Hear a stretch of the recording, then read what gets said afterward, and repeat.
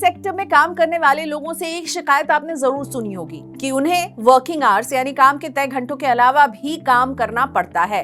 और कोविड के दौरान हमने क्या देखा, वर्क फ्रॉम होम कल्चर शुरू हुआ, साथ ही में डिजिटल तकनीक का इस्तेमाल बढ़ा और इसके बीच ये दिक्कत भी काफी बढ़ गई है। शिफ्ट के घंटे 8 से 9, लेकिन employ phone call, video conferencing के जरिए 10 से 12 घंटे तक काम में ही उलझा रहता है।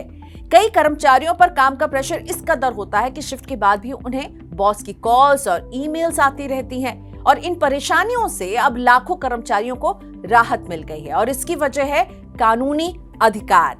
ये कानून कर्मचारियों को शिफ्ट के बाद बॉस के फोन कॉल्स को इग्नोर करने का अधिकार देता है।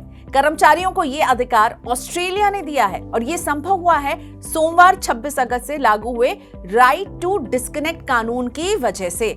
कानून के अमल में आने से कर्मचारियों को उनके काम के घंटे समाप्त होने के बाद कॉल, ईमेल या किसी और तरीके से परेशान नहीं किया जा सकेगा।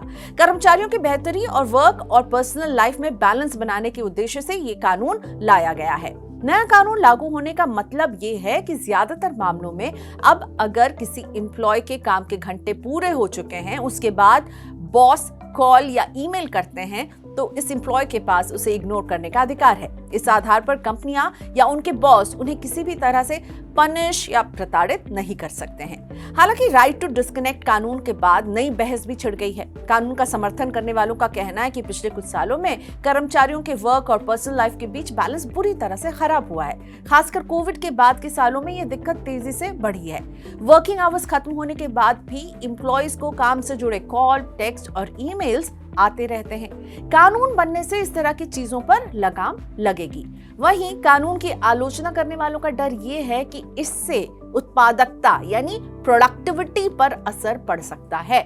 डिजिटल टेक्नोलॉजी के आने से पहले लोग ऑफिस आकर काम करते थे, शिफ्ट खत्म होने के बाद घर चले जाते थे, अगले दिन काम पर वापस लौटने तक काम के संबंध में उनसे संपर्क नहीं होता था।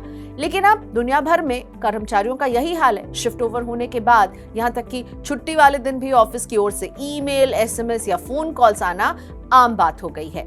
इमरजेंसी और कुछ नौकरियां ऐसी हैं जिनमें काम के घंटे या शिफ्ट पहले से फिक्स नहीं होते हैं और उन मामलों में अब भी नियम जो है वो एम्प्लॉयर को अपने कर्मचारियों से संपर्क करने की अनुमति देता है।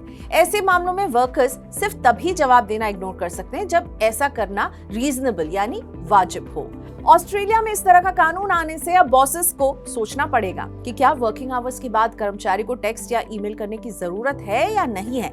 और इस कदम के साथ ऑस्ट्रेलिया करीब 2 दर्जन ऐसे देशों के ग्रुप में शामिल हो गया है जहां इसी तरह के कानून हैं। इनमें ज्यादातर देश यूरोप और लैटिन अमेरिका के हैं।